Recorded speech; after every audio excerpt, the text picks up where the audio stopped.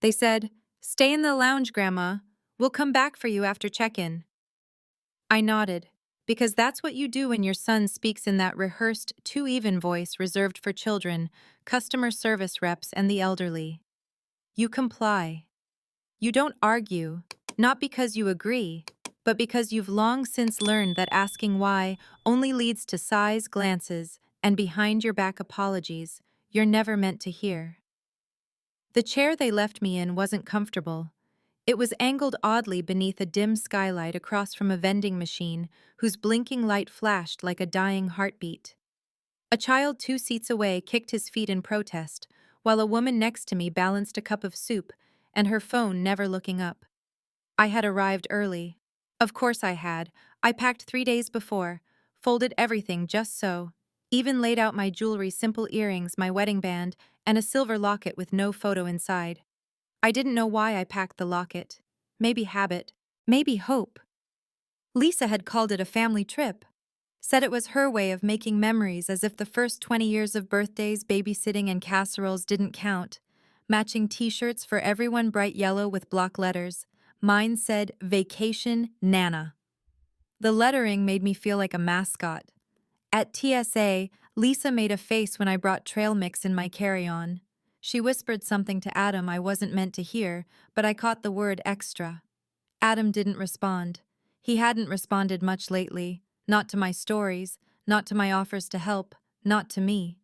The moment that should have struck me as odd was when the agent asked who was seated where. Lisa smiled. "Oh, we'll sort that at the gate." She waved her hand like it were too trivial to discuss. No one looked at me. Not then. After security, Lisa touched my arm, not tenderly, not warmly, but like someone reminding a dog to stay, and said, "Mom, why don't you wait in the lounge while we get the kids sorted? It's chaotic at the gate." She didn't wait for an answer. So I sat and waited. 1 hour. 2. 3. I watched the departures board as flights to Dallas, Orlando, and Calgary disappeared. Mine was still there. Honolulu, 1:45 p.m., the vacation they were so excited about. I walked to the counter and asked for Adam to be paged. The attendant tried once, then twice. No response. She frowned gently. "I'm sure they'll be back," she said. At 3:00, Honolulu disappeared from the board. At 5:00, I asked the gate clerk for the passenger list. She typed slowly, then said with careful precision, "Mr. and Mrs. Harlow checked in, along with 2 children." At 12:47 p.m., I felt something inside me. Not break, not shatter, just go silent, like a clock with its hands removed. I didn't cry, I didn't call. Instead, I stood, walked to the restroom, locked the stall, and sat. Not because I was tired, because I needed a space where no one would ask if I was okay. When I came out, the terminal had changed, lights softer, conversations quieter. The bustle of departure had given way to the lull of the in-between. I walked slowly toward the giant board. Portland, 7:35 p.m. No idea why I chose it. I hadn't been in Portland in 40 years. It held no current ties. Just the echo of a version of me that once danced in kitchens, signed lease agreements in her name, and knew the satisfaction of cooking a meal only for herself. "1 ticket to Portland, please." The woman at the counter blinked. "Round trip one way." I used a card I hadn't touched in years. An account in my name only. The one I never told Adam about. The one I'd kept hidden not for secrets but for safety. I didn't check my phone. Didn't need to. I removed the t-shirt, left it in a trash can by the gate, watched it disappear under someone else's coffee cup. When I boarded, no one asked why I was alone. No one noticed. And I liked it that way. The plane ascended in silence. I didn't pray. I didn't think. I just stared at the lights beneath us, city by city, shrinking into a pattern too intricate to decipher. I landed in Portland past 10:00.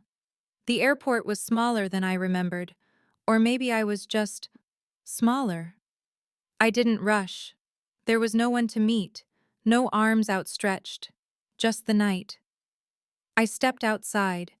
The air smelled like pine needles and pavement, like youth and something lost. I sat on a bench, just sat. My carry-on rested beside me, brown leather fraying at the seams. The same bag Derek gave me the year we took our last trip together. He would have hated what happened today, or laughed, probably both.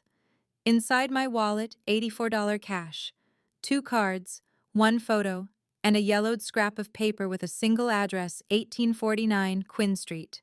My first apartment after marrying Derek. No clue if it still existed, but tonight I didn't need memories, just directions. I called a cab. The driver didn't speak, bless him. I gave the address of a small motel I had saved just in case. Room 112. Thin sheets, static on the TV. But no voices telling me I was late, or wrong. Just a ceiling fan humming like a lullaby.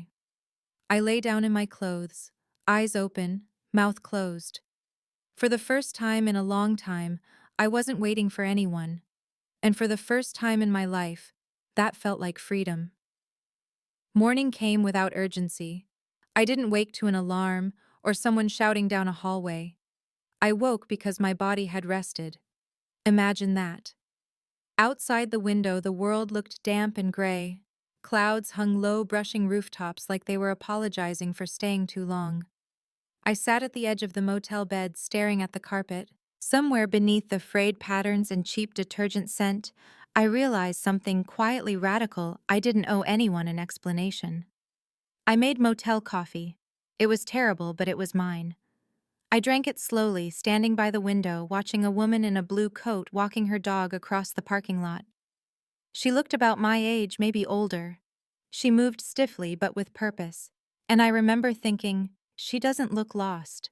She just looks like she has things to do. By 9 a.m., I had made a list.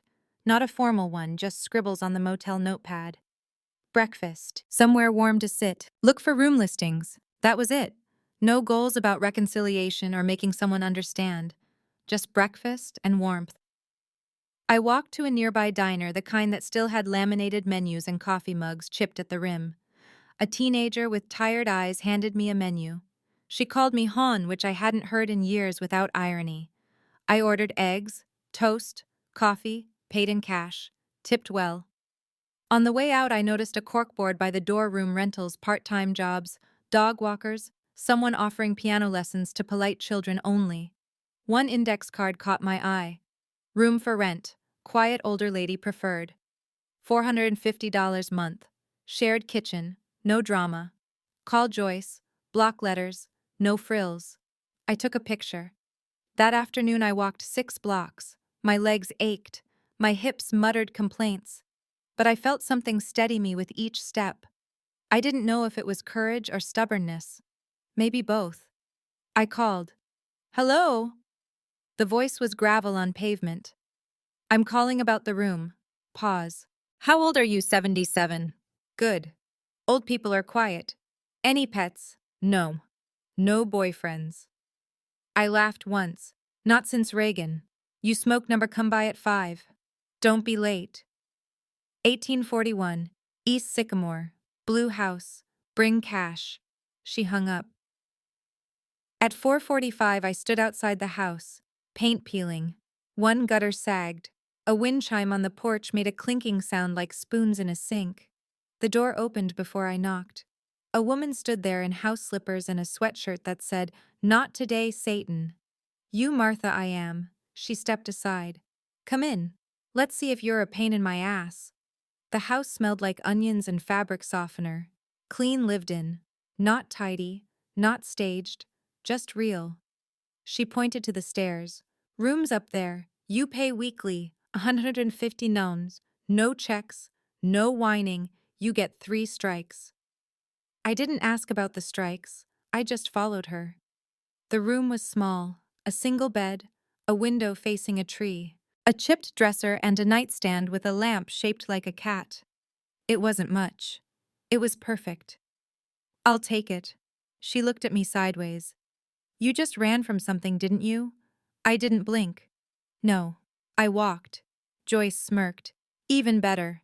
I handed her 6 20s. She didn't count them, just pocketed them and handed me a key. Bathroom's down the hall. Don't hog the hot water. We eat at 6 if you're not weird about the company. I nodded.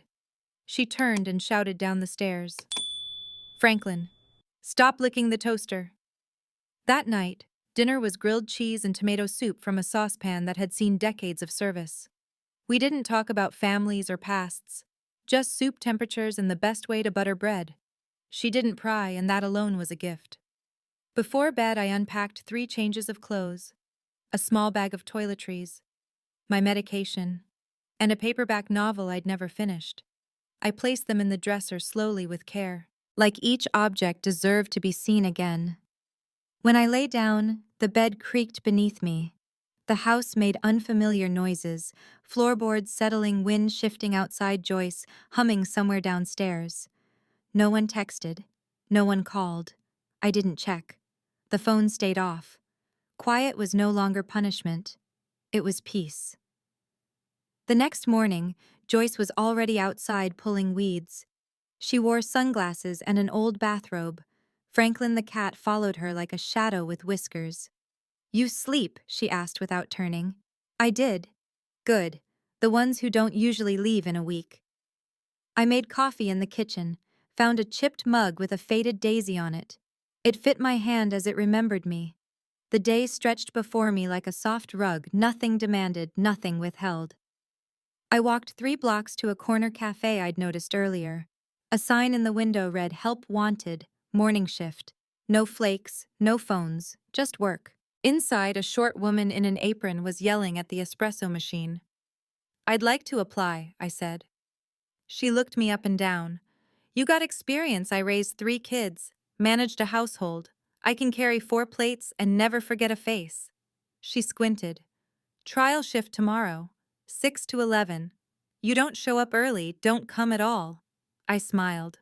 I'll be here at 5:45.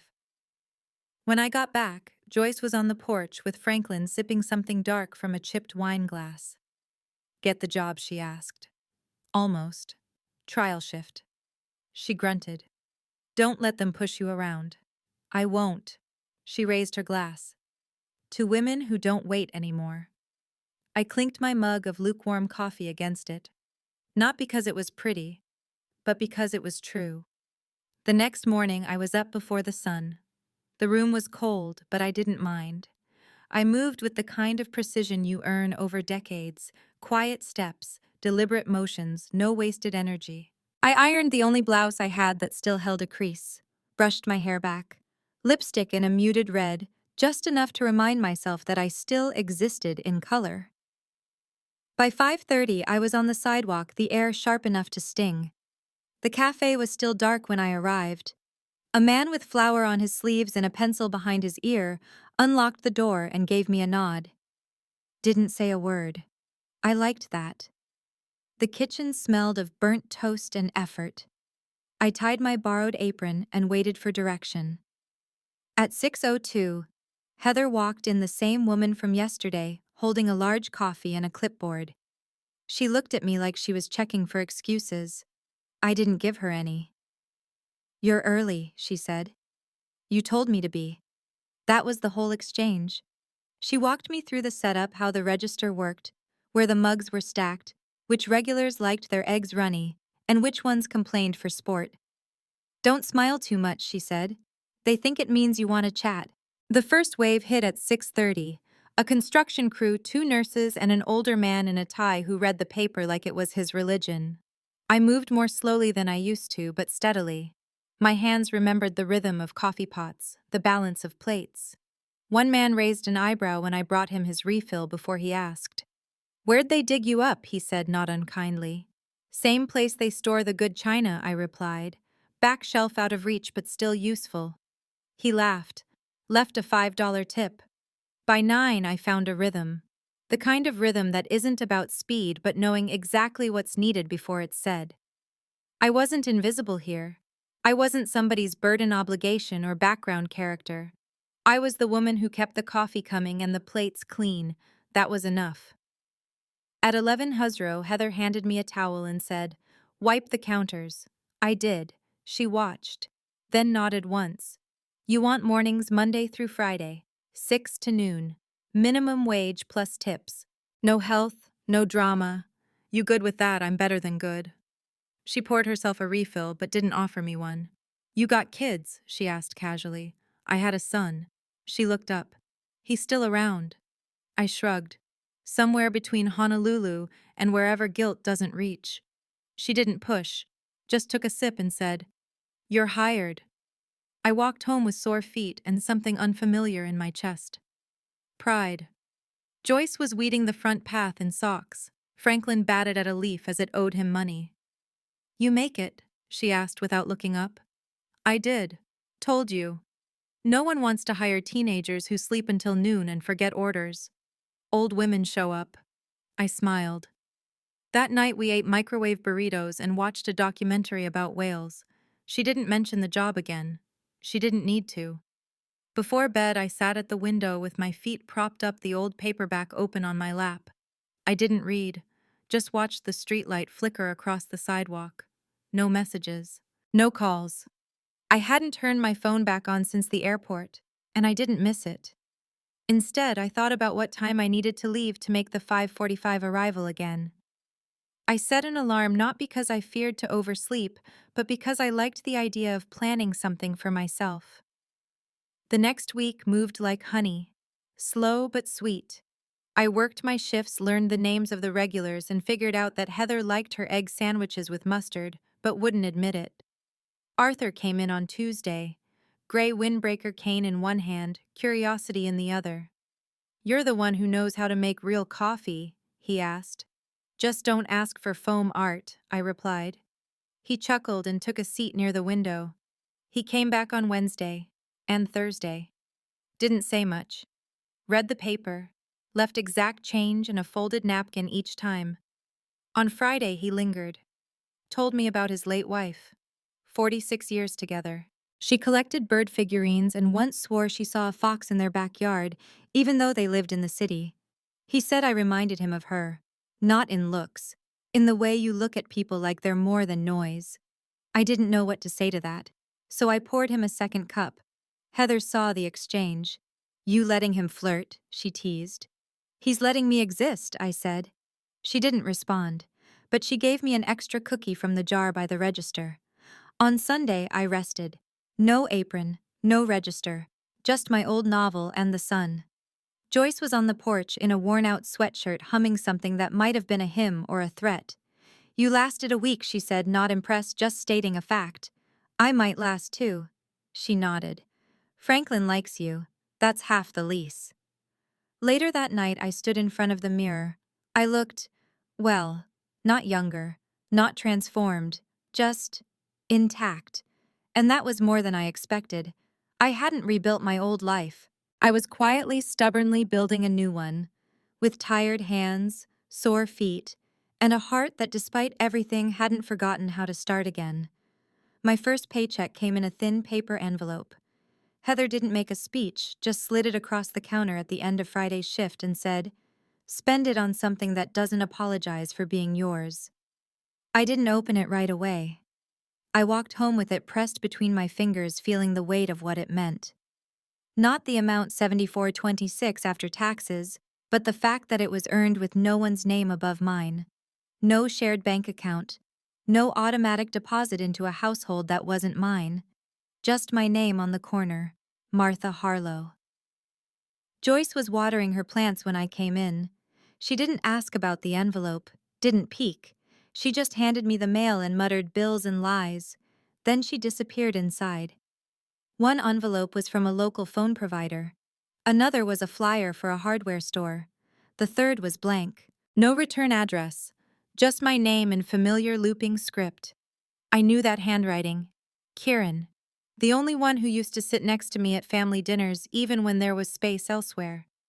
The only one who once asked me, "Why does everyone talk over you, Grandma?" as if it were a real question. I opened it slowly. Grandma. They said you disappeared. That you just left without telling anyone. Dad's angry. Lisa's crying. I don't believe them. I've been checking the mailbox every day. Please let me know you're okay. I miss you.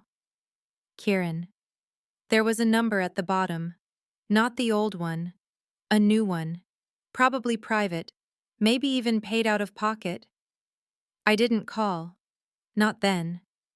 But I folded the letter neatly and placed it in the top drawer of the little nightstand next to my bed. Not because I needed to keep it safe, but because it felt like a seed. Something small that might grow later. The next day, I cashed the paycheck at a downtown branch. The teller was a girl with purple nail polish and a skeptical glance. "Would you like large bills?" she asked. "No," I said. "I'd like to feel the work in my hand." I asked for tens and fives. When she handed me the stack, I folded it neatly and tucked it into the inside pocket of my coat, the one with the tiny hole I kept meaning to fix. Outside, I stood on the sidewalk for a moment, the wind picking up my hair like it still remembered youth. Across the street was a second-hand shop. Coats in the window. One caught my eye, navy with a herringbone pattern slightly frayed but well made. Inside, a teenage girl at the counter looked up and said, "That one's warm." I tried it on. It fit. Not like magic, but like something had finally stopped shifting inside me. "I'll take it." She wrapped it in tissue paper like it was silk. "You look sharp," she said. "Thank you," I replied. "I feel sharp." I walked home wearing that coat. It was just cold enough to justify it. The wind pressed against my back, but I kept moving. My shoes pinched a little, but I didn't slow. I felt seen by myself at least. And maybe that was enough. Joyce was on the porch with Franklin curled at her feet. She looked up when she saw me. "Fancy," she said. "First paycheck." She grinned. "You didn't waste it on scented candles and regrets." "Good." Inside, we split a can of chili and watched a game show. Franklin yawned and stretched between us as he belonged to neither and both. That night, I stood in front of the mirror in my room. The coat hung on a hook behind me, casting a shadow that looked strangely like hope. Not the glowing kind, the earned kind, the kind that hums quietly. "You're still here." I didn't turn on my phone. I didn't check for messages. I didn't need to. In the mornings, I poured coffee for strangers. In the afternoons, I walked aimlessly, learning the smells of bakeries, the feel of bus benches, the rhythm of sidewalks. I bought small things. A crossword book. A new pair of socks. Real tea instead of the dusty bags Joyce kept above the fridge. I didn't tell her. Some things were meant to feel like secrets, even when they weren't. On Thursday, Heather handed me a cinnamon roll wrapped in foil. "Too many," she muttered, sliding it across the counter. That was her way of saying I belonged. By Friday, Arthur had started telling me stories about his sons, one who visited once a year, the other who never called. He didn't ask about mine. He wasn't the type. He just stirred cream into his coffee like he was erasing the bitterness. "You ever think about going back?" he asked one morning. "To Wilmington? To any of it?" I poured his refill and said no. "Not even in dreams." He nodded slowly. "Then maybe you finally arrived." That evening, I took the coat off the hook and laid it across the bed. Not because I was going anywhere, just because I wanted to touch something that only belonged to me. Later, I opened Kieran's letter again. The creases had softened. His words still carried that quiet worry that came from loving someone and not knowing where they'd gone. I read it twice, folded it again, and whispered, "I'm okay, sweetheart. Just not ready to be found." The next week passed without surprise. That in itself felt like a revelation. No sudden demands. No schedule dictated by someone else's preferences. Just the clink of ceramic mugs, the hum of the espresso machine, and the ache in my knees that reminded me I was doing something with my time again. Heather gave me an extra shift without asking. "You show up," she said. "That's half the battle." Arthur kept coming, always at 9:10, always alone. He never asked for more than cream and a clean table, but he left folded napkins with tiny notes scribbled on the inside. One said, "People underestimate quiet women until they find out we hear everything." Another said, "You pour coffee like it's a kindness, not a task." I didn't respond, just refilled his cup and offered a second napkin. Back at home, Joyce had started leaving the porch light on when I worked late. She didn't say it was for me. Didn't have to. One evening, she handed me a letter. The envelope was thick. No return address, she said, tossing it onto the kitchen table. But the postmark says Wilmington. I didn't need to open it to know who it was from. I opened it anyway. 6 pages. Typed. Each sentence is tighter than the last. I can't believe you would do this. Do you know what kind of stress you've caused? Lisa cried every night. The children were confused. You embarrassed us. Not once did he mention the airport. Not once did he write, I'm sorry. He painted himself as the victim of a disappearance. Wrote about my irrational choices, my emotional manipulation, how I left without notice. He ended the letter with, We're willing to talk, but only if you're ready to be reasonable. Reasonable. That word scraped at something deep. Was it reasonable to babysit on call for 15 years without thanks? Was it reasonable to be asked to sit in the back seat at every birthday party to wear matching t-shirts, like a pet to pay for piano lessons, but not have a seat at recitals? Was it reasonable to wait 8 hours in an airport lounge with a cheap plastic water bottle and the sinking feeling of knowing without being told that you'd been left behind on purpose?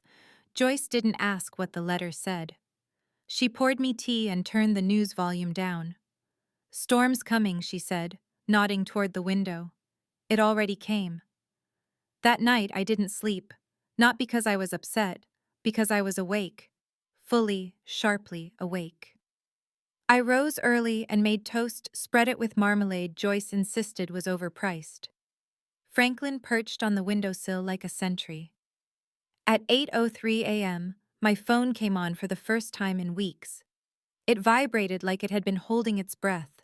32 missed calls, 18 voicemails. The oldest was from Lisa from the day of their flight. Martha, we thought you were in the bathroom. Please call us. We're boarding. A lie wrapped in panic. Adam was angrier. Where are you? This isn't funny. You're making a scene. And then eventually, fine. Do what you want. I didn't respond. But I saved Kieran's number. I wasn't ready for conversations, not with the people who left me in that lounge without flinching, but I was ready to answer one call. When Kieran rang that afternoon, I stared at the screen for a moment, just long enough to feel the weight of the choice. Then I picked up. Grandma. I'm here, sweetheart. A pause. You're okay. I'm better than okay. He didn't ask where. Didn't ask why. I miss you, he said. I miss you too. It was enough. Not a resolution, not a tearful reunion, just the sound of someone who still wanted me in their life. Not because I made cupcakes, not because I folded laundry, but because I mattered. Later, Arthur noticed something in my face. You look taller, he said. Maybe I remembered how to stand. By the end of the week, Heather gave me a new apron. This one was green, stitched with the words, Not your grandma's kitchen. I laughed.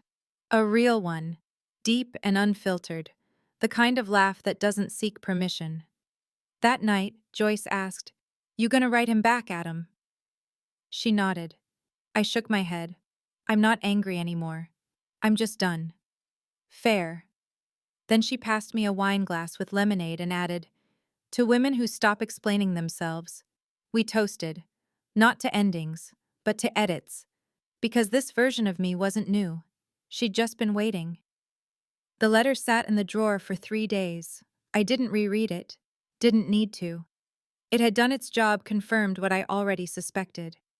That I was never going to be seen the way I deserved by people who had already decided who I was allowed to be. On the 4th day, I lit a match and fed it to the sink.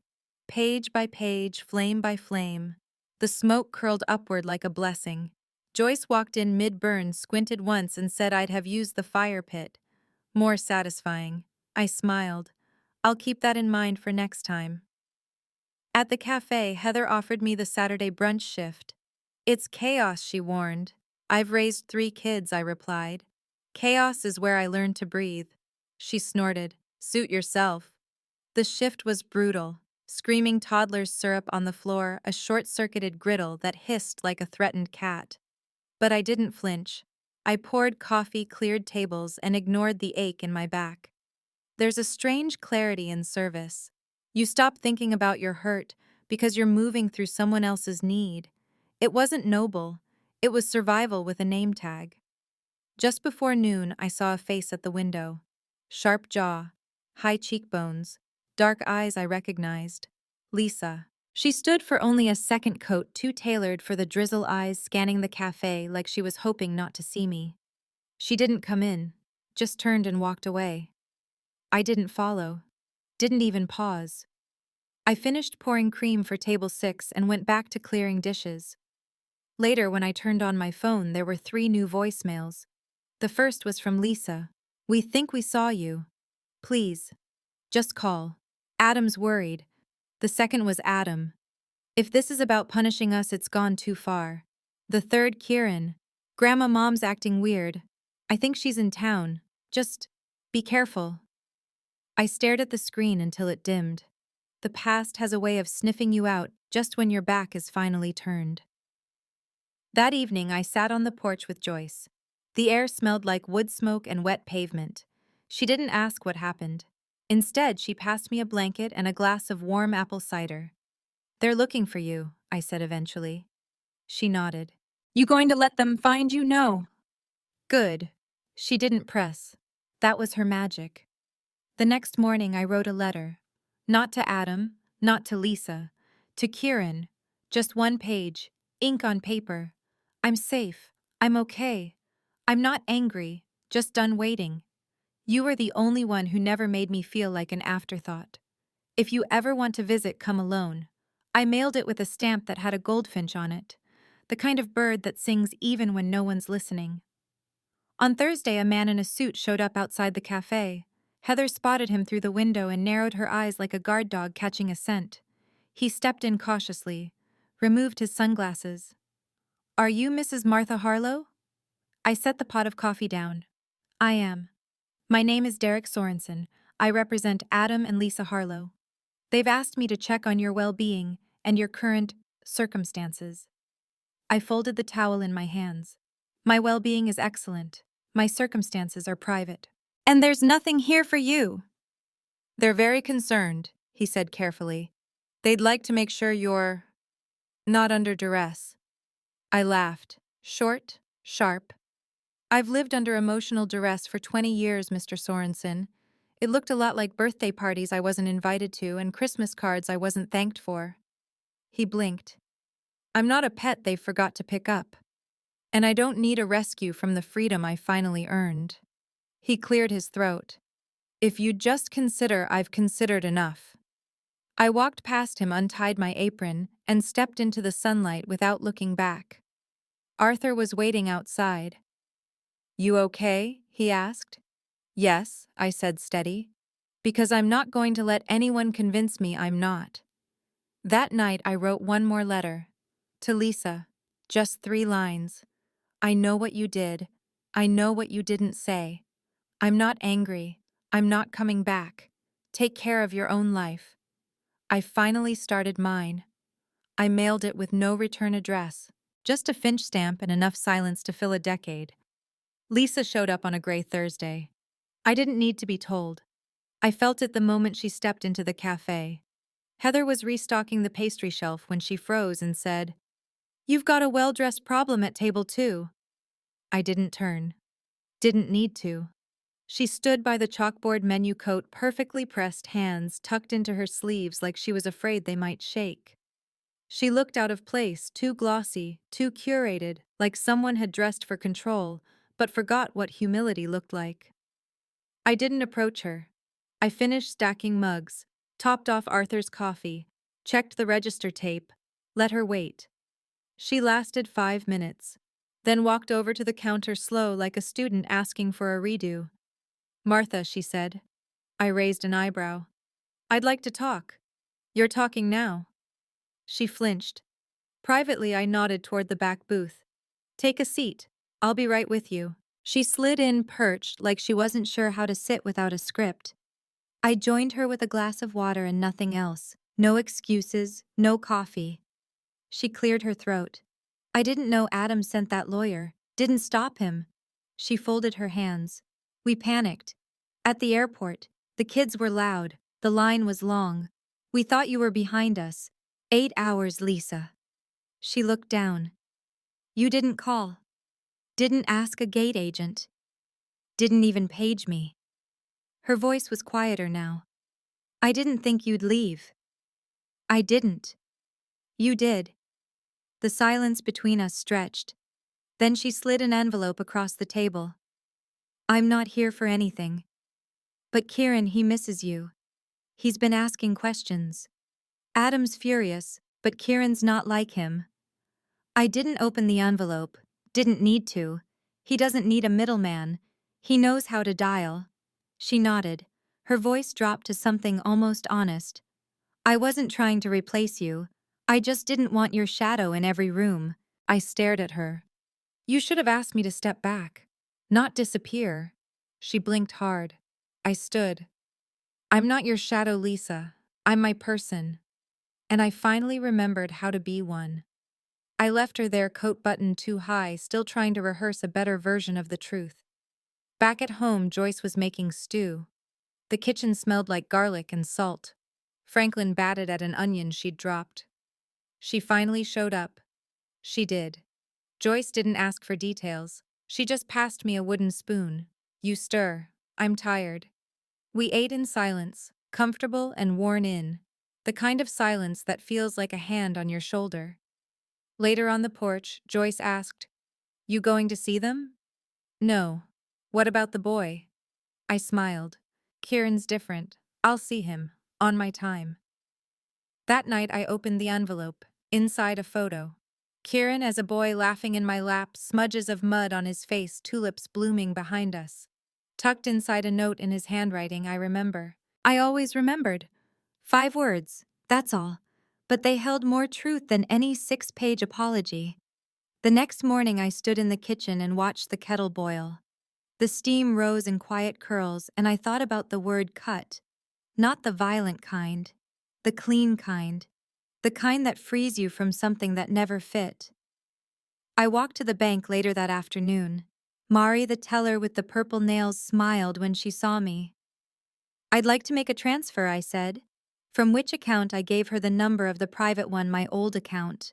The one Adam never knew existed. And the recipient, Kieran Harlow. She raised her brows. Family? Not exactly. He's just someone who still sees me as a person. Mari smiled slowly. You'd be surprised how rare that is. I wired him a modest sum. Enough for books, groceries, maybe a quiet escape if he ever needed one. When Mari handed me the confirmation slip, I folded it into my wallet with the quiet satisfaction of someone who no longer needed permission to be generous. It wasn't revenge. It was repaired. A small, precise act of redirection. At home, Joyce was watching game shows. You look smug again, she said without looking up. I made a decision. Anyone dies, not yet. She grinned. Then it's probably the right one. That night, I sat at my desk and wrote a final letter. Not to Lisa, not to Adam, to their lawyer, to whom it may concern. I am of sound mind, living in a safe and voluntary environment. I have retained local legal counsel. Any further attempts to contact me will be considered harassment. Sincerely, Martha Harlow. I signed it with a steady hand, sealed it, stamped it with a bird, a finch again, because even in winter it sings. The next morning, Heather tossed me a new apron, found it in the clearance bin. Thought of you. It was deep green, thick cotton with stitched lettering across the chest. Not your grandma's kitchen. I laughed loud and unfiltered. Arthur, sitting in the corner booth with his usual plain toast and black coffee, looked up and raised his mug like a salute. By then, I had memorized the exact number of steps from the register to the dishwasher. I knew which regulars wanted warm syrup and which ones wanted none. I could crack eggs with one-hand refill without asking, and dodge kids underfoot like a seasoned short-order goddess. The apron fit. Not just my body. My life. After the shift, I walked home slowly, coat button tips folded neatly in my side pocket. The sky was low and pale, the kind of gray that makes even sidewalks look honest. Franklin greeted me at the door with a yowl that meant I was late for his daily 2 p.m. stretch and stare. Joyce was at the stove, something bubbling in a pot that smelled like rosemary and butter. "You look smug again," she said. "New apron. I approve. Very anti-matriarch. We ate in the comfortable way that people do when they've already said everything that matters. Elbows on the table, second helpings without apology. No one asked about family. No one brought up forgiveness. After dinner, I sat on the porch with a pen and a blank card. I didn't write to Adam or Lisa. I wrote to myself. Dear me, you waited so long for someone to save you. You forgot you were the one holding the key. You didn't lose them. They let go. And you finally let go. And look at the life that opened when you did. Well done. Love me." I taped the card to the inside of the dresser drawer behind an old recipe card Derek once wrote in his left-handed scrawl, "Martha's sweet potato cake, good enough to make people behave." I hadn't baked it in years. I didn't even know if I still had the right spices. But something in the air told me it was time. The next day, Joyce came home holding a bright pink flyer. "Community Center's doing a potluck next week. We're going." I blinked. "You go to potlucks, I go where the gossip and the free food are." She handed me the flyer. "You're baking." I'm lying and saying I helped. I dug out the recipe box, shook the dust from it, opened the top drawer and pulled out that stained card, and I baked. The house filled with cinnamon and brown sugar and memory. Franklin meowed in protest at the smell, then settled in a sun patch by the window. Joyce danced across the kitchen in socks and a robe, wielding a mixing spoon like a conductor's baton. When the cake cooled, we wrapped it in foil like it was an heirloom. It wasn't just dessert, it was proof that I could still make something people would gather around. At the community center, tables lined the walls with mismatched cloths and dented serving spoons. A woman in orthopedic shoes barked out seating instructions like a general in an apron. Joyce nudged me. "Go set the cake down. I'll distract the boss." I found a spot at the far end, unwrapped it, watched steam rise like a warm exhale. It wasn't pretty, but it smelled like home. 10 minutes later, a woman tapped my shoulder. "You made the sweet potato cake I did." "God bless you. I thought Clara was going to bring her dump cake again." We laughed, the kind of laugh that didn't need approval. By the end of the meal, the cake was gone. Someone asked for the recipe. I said it was classified. Later, Joyce leaned over and whispered, "You look smug again." "I feel smug," I whispered back. Afterward, we walked home under string lights strung across cracked sidewalks. The air was cold, but not unkind. Back in the kitchen, Joyce kicked off her shoes, poured 2 mugs of cheap boxed wine, and said, "You know they're going to show up again, right?" "I know." "You going to run?" "No." I sat down and let Franklin climb onto my lap. Joyce raised her mug. "To women who stop apologizing for existing." We clinked glasses. Outside, the moon hung heavy and low. Inside, I wasn't someone's afterthought. I was someone who brought cake. Saturday brunch hit hard. By 7:15, the cafe was a battlefield. Sticky menus slammed doors, toddlers with syrup-drenched fingers chasing each other through table legs. Heather moved like a storm cloud, efficient, dark, and just on the edge of thunder. "Table 6 wants their toast unburnt this time," she barked. "I'll remind the toaster it has standards," I said. By 9:00, my feet were barking louder than the kids. But I didn't slow. Not out of duty, out of rhythm. When your body is finally doing something for itself, fatigue feels like progress. I was wiping down a booth when I saw her. Outside, through the foggy window, Lisa, coat immaculate, hair untouched by wind. She stood with the stillness of someone who hoped to be invisible, but knew she wasn't. She didn't come in. She turned and walked away. I said nothing, just folded my rag and wiped slower. Heather saw the flicker in my hand and said nothing. "That's how you know someone respects you. They let you carry what you're not ready to drop." At home, Joyce wasn't in. A note on the fridge said, "Library talk on bees. Don't burn anything." I made soup anyway. Split a baguette with Franklin, who decided bread was beneath him, and stalked off insulted. That night I turned the phone on again. 3 new voicemails. The first was Lisa. "We saw someone who looked like you. Please call." Adam's worried. The second was Adam. "If this is about punishing us, it's gone too far." The third was Kieran. "Hi, Grandma. I think Mom's in town. She's been weird all day. If anything happened, just be safe." Okay, I didn't respond. But I saved the third message, played it twice, just for the softness in his voice. Monday morning, Arthur returned, settled into his usual stool like a man laying claim to his square of peace. "Busy weekend?" he asked. "Eventful." He stirred his coffee without looking up. "You okay?" "Yes," I said, "but not enough to ruin this moment." He smiled, and we sat in silence, the kind shared by people who've been through enough to stop needing to fill the air. That evening, Joyce and I sat on the porch with mismatched sweaters and mugs of cider. The air smelled like rain and settling dust. "I think they're looking for me again," I said. She didn't flinch. "Figured." "I'm not hiding anymore," I added.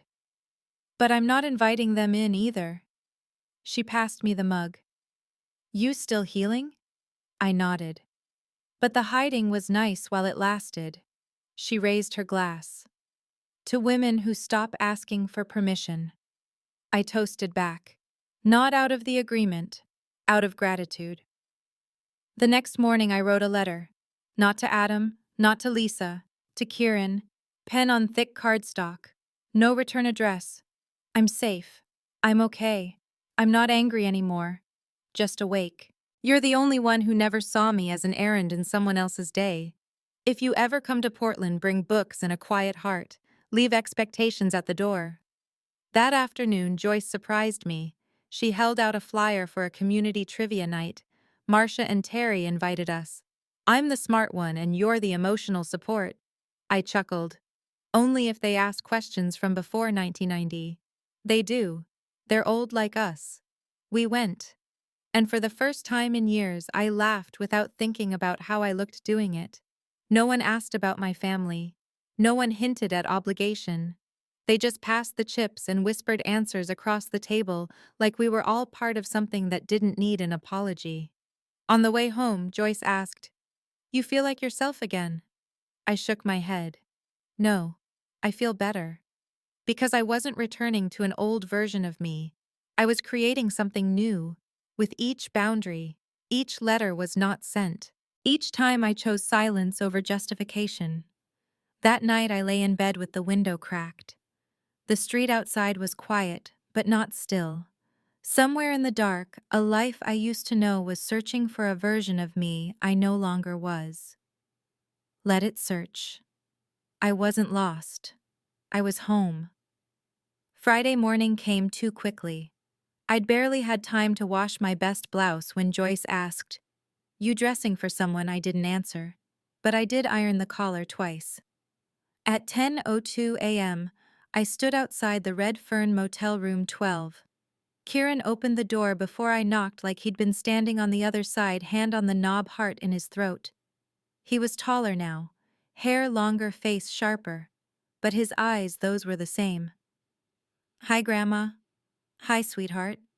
We didn't hug at first. We just stood there. Two people trying to measure time by weight, not distance. He stepped aside. The room smelled like takeout and book glue. Stacks of novels on the table, open notepads, a half-eaten banana. "You brought books," I said. "I always do." We sat across from each other. Not too close. Just enough. "I didn't know if you'd come," he admitted. "I didn't either." He handed me a small package. A slim book of poems. I underlined the ones that reminded me of you. One line stood out later that night. "Some women rise not from fire, but from forgetting who told them they couldn't." We didn't cry. But we did breathe deeper. We talked about his job at the bookstore, about Joyce's terrifying garden gnome collection, about how silence once chosen can feel like a soft quilt instead of a punishment. He didn't ask me to come back. I didn't ask him to stay.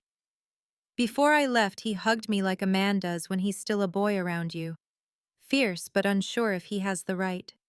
I hugged back first. At the cafe the next morning, Heather tossed me a clean towel. "You're glowing," she said. "Maybe I saw someone worth seeing."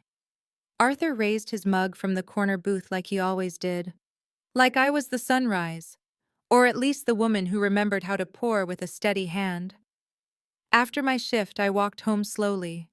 The street was warm from the late spring sun, and the shadows didn't reach for me anymore. Joyce was on the porch, Franklin sprawled across her lap like a judge. "You see the boy?" she asked. I did. "You good I am." She nodded once. "You staying?" I looked at the porch swing, at the lavender in the planter, at the chipped mug on the armrest. "Yes, I'm staying." Later that night, I taped something new next to the card in my dresser drawer. It wasn't a poem or a quote. It was a photo. And Kieran from years ago. He's on my hip. I'm laughing. There's dirt on both of us and light in the background. We look like people who belong to each other. And we do. Still. Just separately now. With space and respect. That's what healing looks like. Not fireworks, not reconciliations over dramatic music, but a quiet kitchen, a steady job, a coat you chose yourself. Somewhere Adam might still be trying to understand. Lisa might still be reciting her version of things. Let them. I'm no longer the woman waiting at the edge of the gate holding snacks no one wants. I'm the woman who left and built something better. So if you're watching this now and you've ever sat in a chair you didn't choose, if you've ever been left behind with no apology, if you've ever handed over pieces of yourself just to be kept, let me tell you something. You don't have to wait for them to come back. You don't need an invitation to start over. You don't even need a destination. Just the decision to get up and walk. The rest, it finds you. Thank you for staying with me through this story. If it found you at the right time, share it. Let someone else know it's never too late to choose yourself. Before you go watch the next story in this playlist on screen now, one I think will speak to you just as deeply. And if you haven't yet subscribed to Shadowed Revenge USA, we tell stories for the quiet fighters, the late bloomers, the ones they underestimated. Until next time, take care of your peace. It's yours. And may you always walk forward, never apologizing for it.